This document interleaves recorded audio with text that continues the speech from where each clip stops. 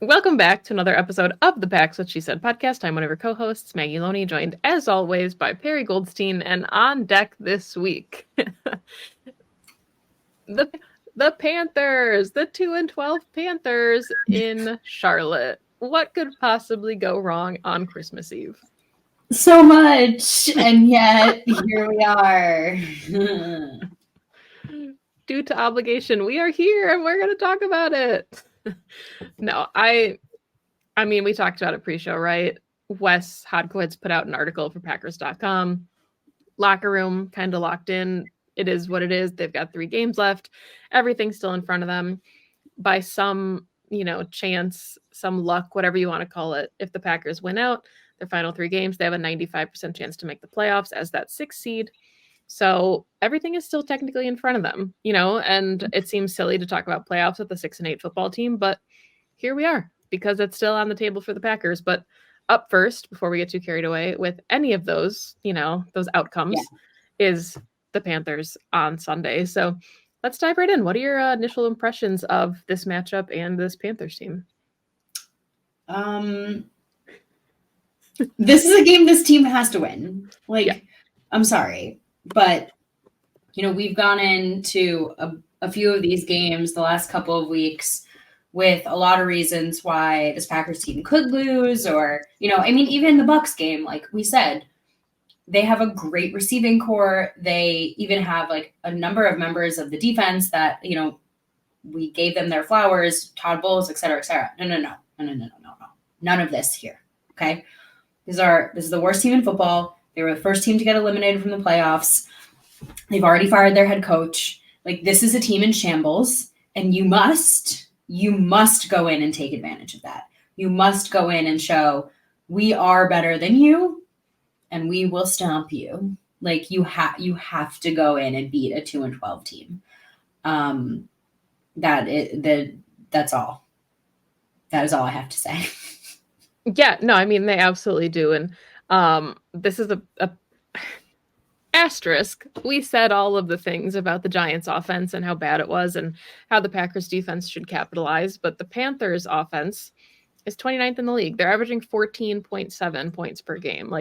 If you're not firing your defensive coordinator, if you're not making any changes, any sweeping changes to that defensive coaching staff, you can't go in and let Bryce Young put up a 30-burger on this defense. You simply can't. I don't believe the Panthers have scored more than 27 points all season. Something like that, 20. I think their highest scoring game was against Seattle in week 3 or something. So they're a struggling offense. They're not putting things together. Bryce Young has fumbles in 5 straight games. And his offensive line is really struggling. I think they have 5 guards on IR. Friend of the show, Justin McCray, just signed with the Panthers and is on IR, which is very sad. So yeah, I mean, they're starting Nash Jensen at right guard. He is so green. He's a rookie that he doesn't have a PFF grade yet, but the one that he does have is a 40. So Kenny Clark, this is a defense that needs to just make Bryce Young's day really tricky. I would hope that after the dramatic week that this defense had, they feel the need to go out and play to a level that they personally feel befits their athleticism and play style. Whether that goes along with their defensive coordinator or not, I don't care. But guys like Kenny, guys like Rashawn, like Preston, if Devondre feels as though he did not play up to his standard, please, by all means, go out and prove to us that you can still play up to that standard, right? I saw that Ja was back practicing again this week. He's been practicing. I have no idea what that means. Let's get Eric Stokes back in the mix. This should be a get-right game, like you said, against a very bad, struggling offense. This should not be the Bryce Young breakout game. We should not be leaving Carolina the offensive player of the week. Yeah, this should not be the game that Bryce Young looks back on or later in his career and say, yeah, my first season was so tough, and then you get to the end of the season and that 375-yard day against Green Bay at the end of the season that really kickstarted my career. No, none of that, please. Thanks. Yeah, I mean, and the thing, look, I'm being facetious, but look, it's not just the offensive line that you can beat up against. There aren't a ton of playmakers on offense either. This isn't a team that has a Mike Evans and a Chris Godwin tandem, right? You have an Adam Thielen who's on the wrong side of his career. Jonathan he's still Mingo, putting up good numbers, though. I mean, he's putting up good numbers, sure, but he's not the Adam Thielen that the Packers are used to playing from his Minnesota days. Until this week. Maggie.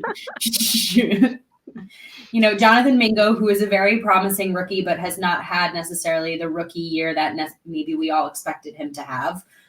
DJ Chark, who's a fine wide receiver 3, but nothing spectacular. Chuba Hubbard and Miles Sanders, who again are good running backs on the ground, but these aren't guys that you should be giving up 100-yard days to. So I just don't want to hear it. Like, I don't want to hear it if Carolina lights them up, I don't want to hear it. There are no excuses.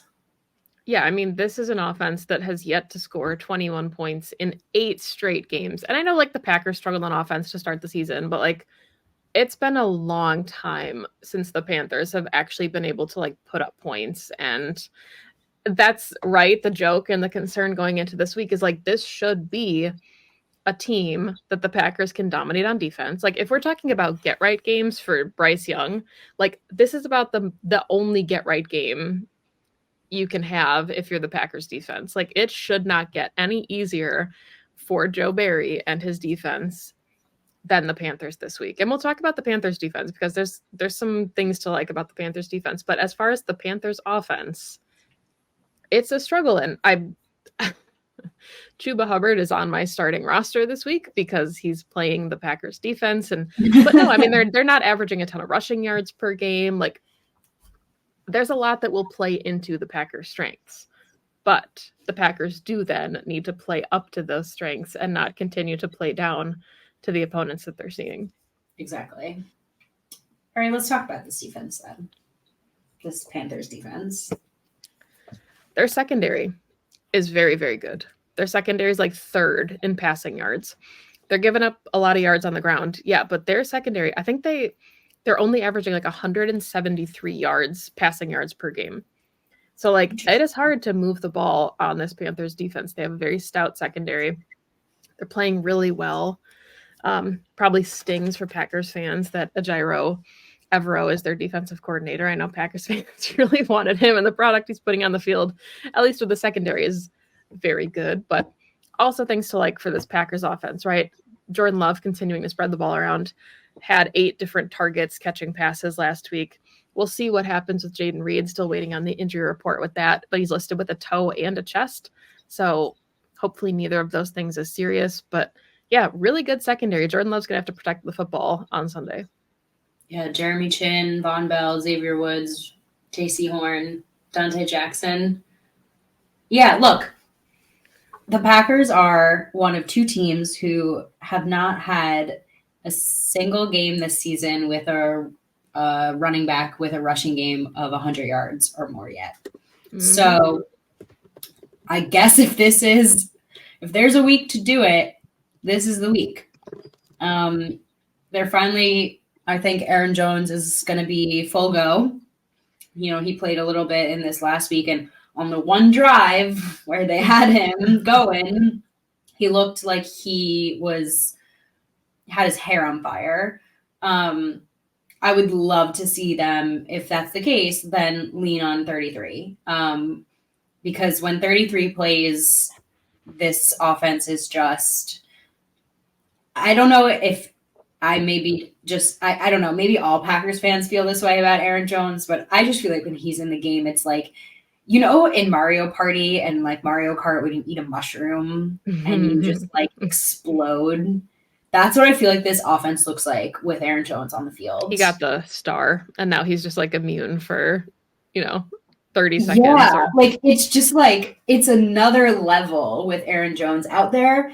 And it's interesting because it should be a good test because this despite this being such a young offense and such a young passing attack, this really has just been a passing offense this season for the Packers. Yeah.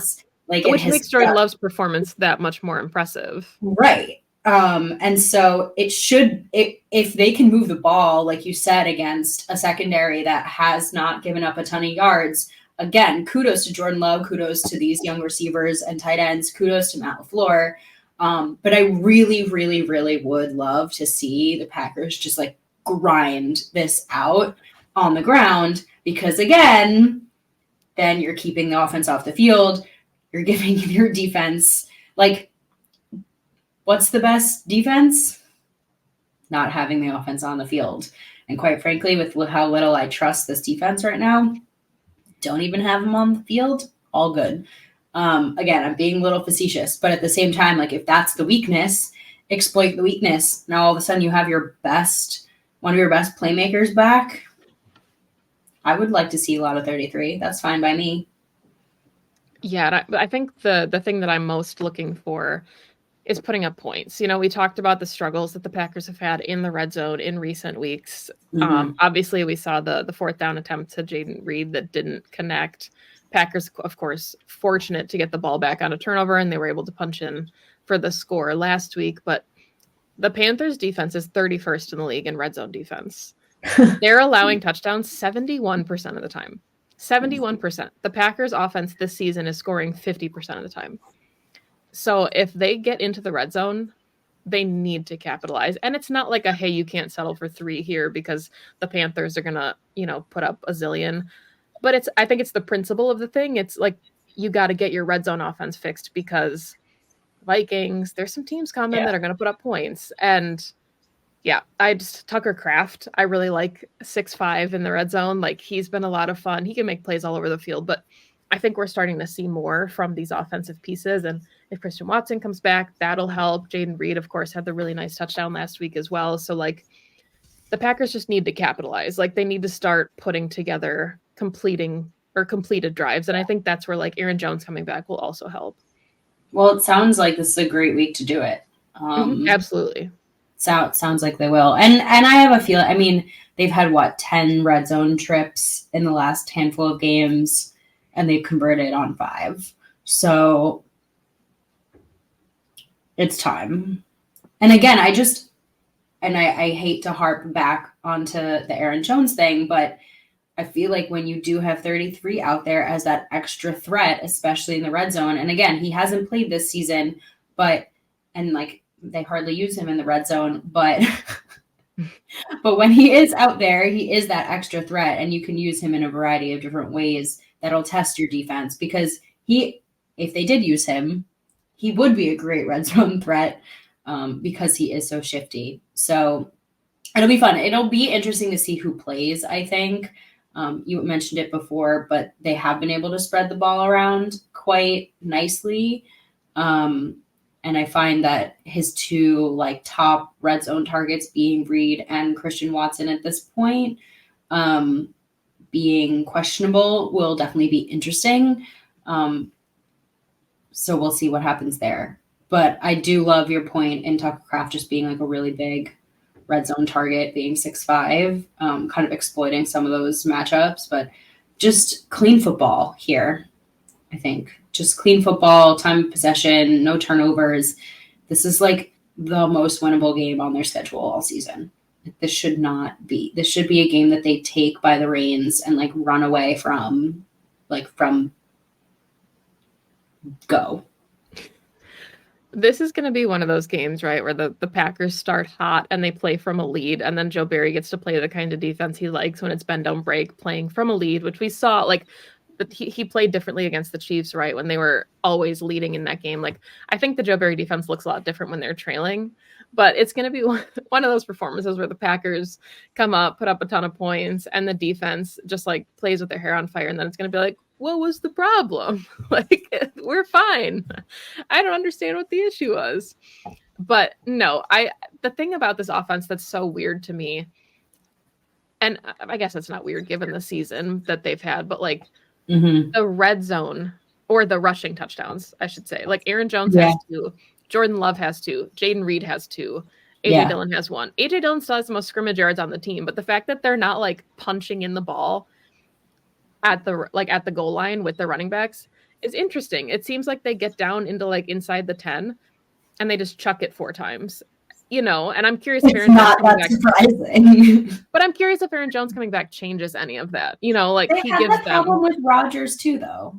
They have. I feel like this was. 2020 was an anomaly where they were just like money in the red zone, but 2021 and 2022, I felt like they would get inside like the 5, and things just got really hard in that really short yardage where they just couldn't punch it in. And I agree with you, right? Where I don't, but like they've had trouble with those like inside zone, like just grab like a couple of yards, not in the red zone too. So I don't know necessarily if it's a red zone thing or a blocking thing or an AJ Dillon thing or, because they did that with Aaron Rodgers too.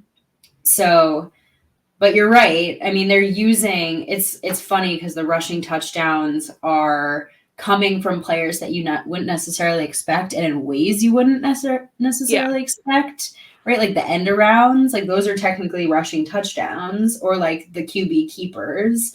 So to me, honestly, though, I don't care. If they get in the end zone, they get in the end zone. I don't necessarily care if it's getting punched in at the 2-yard line, by just an AJ Dillon like bull rush or not. Touchdown's touchdown. If you had to guess where the Packers offense ranks in third down offense, what would you guess? If I had to guess where the Packers offense ranks in third down offense, probably somewhere around average. They're 6th. Really? I was very shocked when I saw that.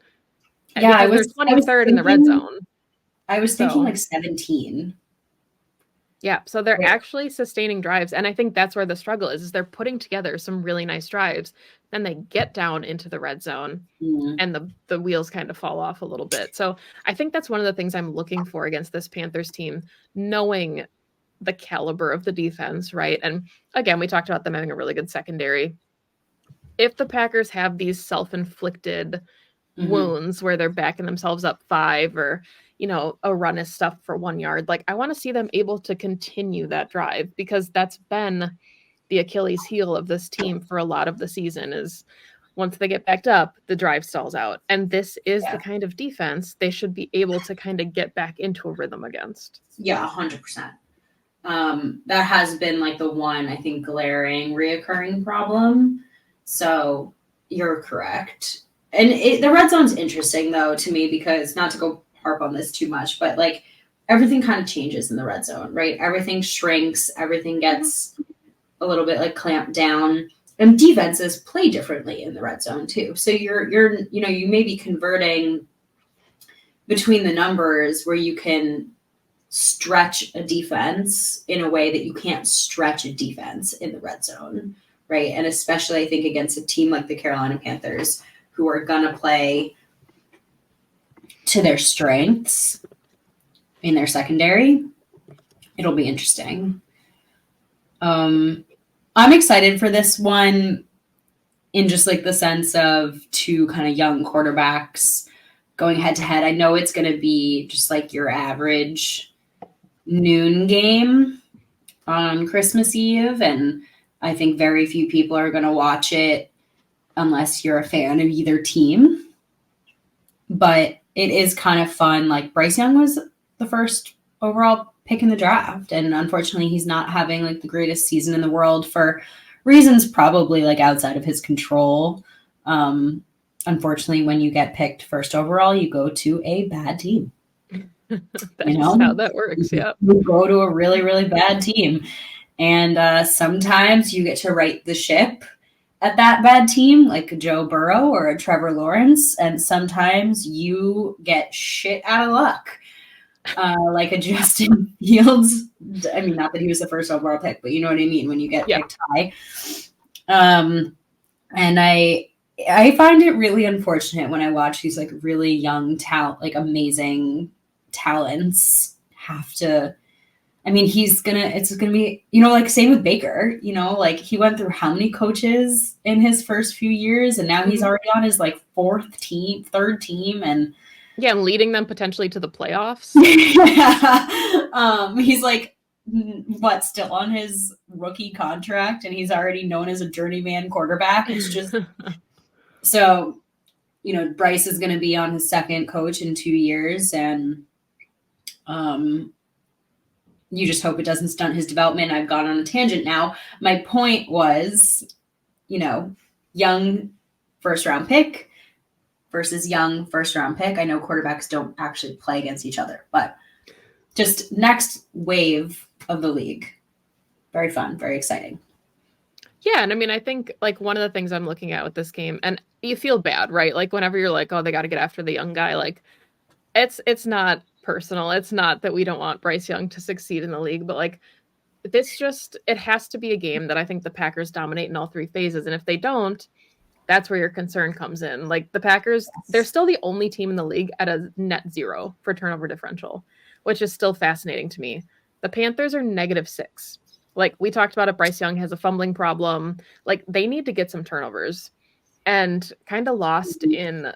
I said this on Pack a Day, but I think what was lost in the Tampa game, because it was such a bad loss for the Packers, Kenny Clark has a career high in sacks this year. He had 2 sacks against Tampa. So now his career total, or his season total, is 6.5, and he'd never had more than 6 before. So like this is a big opportunity for Kenny. Rashawn's, I think, like a half sack away from his career high for a season. So like there's a lot for these guys to play for, and that they all have chips on their shoulders after everything that went down this week. So hopefully this is an opportunity for them to just really go out and like get some momentum going, because we talked about it, right? They were on such a high after the Chargers and the Lions and the Chiefs. And we said, you don't want to get too high because Matt LaFleur said they're gunning for them. Mm-hmm. And you skid and you lose to the Giants and the Bucs. And suddenly the things that were supposed to be easy are really hard. But now that their backs are against the wall, Matty tends to coach his best when his back is against the wall. Yeah. I just want to see like a clean performance in all three phases on Sunday. Agreed. Yeah, Mr. December, Kenny Clark. Before we wrap, there is one other thing that I feel like we have to mention, because it's kind of a big deal. And that's if Jayden Reed plays in this game, because we mentioned he's hurt. But if he plays in this game, he is 1 catch away and 2 catches away from tying and subsequently beating Sterling Sharp's rookie catch record for the Green Bay Packers. So for those of you out there watching, Jayden Reed has the potential to break a Packers all-time record, rookie catch record, which is really sweet. Like really, really, really sweet, because that's being in a really, I don't even know, special club with a very special name. And I think it's been a very long time since a Packers rookie receiver that I can remember has had a season like Jayden Reed, and it feels like it's just starting for him. And he has 3 games. So this could be a record that stays on the books for quite some time, because I'm imagining he's going to have way more than 3 catches ahead of him. So be on the lookout for that, because that's huge. He also had no idea until Wes told him in the locker room. And I think he had a great response. Again, we're plugging all of Wes's content, which I feel like we don't do enough, because Wes has amazing content. If you don't follow Wes Hokowitz, you should be. He's great. Also a friend of the show. But he did a great article on Jayden, and basically Jayden was like, wow, that's really special and amazing to be in that company, but also I'm just here to win games and contribute to this team, and I just love that attitude so much. So we're cheering on Jayden for this personal accomplishment, even if he himself is just ready to do his 111th. Yeah, and I think this can finally put the narrative to bed that the Packers need to take offensive weapons in the first round, because it's early, obviously, but the contribution you're getting from your second round wide receiver, from both Luke Musgrave and Tucker Kraft. Like, the Packers know what they're doing. Defensively, it remains to be seen. Yeah. But they can find their guys. Second rounds and the wide receivers for Green Bay go together like peanut butter and jelly. Like, it's a good combo. Yeah. This has been obviously a very special season for the Rook, and it really feels like it's only up because it's been very, very fun watching him play, and he clearly has a very special connection with our QB. So love that for him. And I think as soon as he hits that, I hope nobody throws the ball into the stands and he gets to keep it. So plugging that as well. We're Jayden Reed fans on this podcast. Yeah, for all the Packers that watch Pax What She Said on YouTube, don't throw the ball into the stands if you're excited for Jayden. Really quick, let's run through our score predictions for this one before we wrap it up. I think this is one the Packers offense actually does hit 30. Okay. They just feel like they're right at the precipice of it if they play a clean game. So I do unfortunately have very little faith in this defense. So I do think the Panthers do unfortunately hit 21, but just 21. So I'm going 31-21 Packers. So weirdly, the last two times the Packers and Panthers played, the Packers have won 24-16. I don't think that's going to happen a third time. I don't think Lightning's going to strike a third time, but I think we're going to see like 24-14. Like, I kind of think it's going to be lower scoring. I hope the Packers put up a ton of points. I would love to see them get over 30 since it's been a long time coming, but yeah, I'm going to say like 24-14. And I think hopefully we'll see a lot of time taken off the clock by the Packers offense with some sustained drives. Love it. All right. Very different for us. We almost never have disagreeing scores. So we'll see. Love it. Yeah, this was a lot of fun. If you celebrate, hopefully you have a wonderful Christmas. We're hoping that the Packers, can start off your Christmas Eve the right way and not the wrong way. Maybe that'll be the nice present that you get this year, is that the Packers finally look competent in all three phases at the same time and get back to their winning ways, so you don't have to talk to your family about what went wrong for that Packers team, because I don't like doing that at my holiday gatherings either. But thank you, as always, for listening to the show. You can find Perri on Twitter at Perri_Goldstein. You can find me on Twitter at Maggie J. Loney. You can find the podcast everywhere you find your favorite audio podcasts on all of these streaming sites. You can find us on YouTube at Pax What She Said. Make sure you like and subscribe to the show if you've not done that already. And yeah, thank you so much for listening. We hope you have a great holiday if you celebrate, and enjoy the game on Sunday. Go Pack Go. Go Pack Go.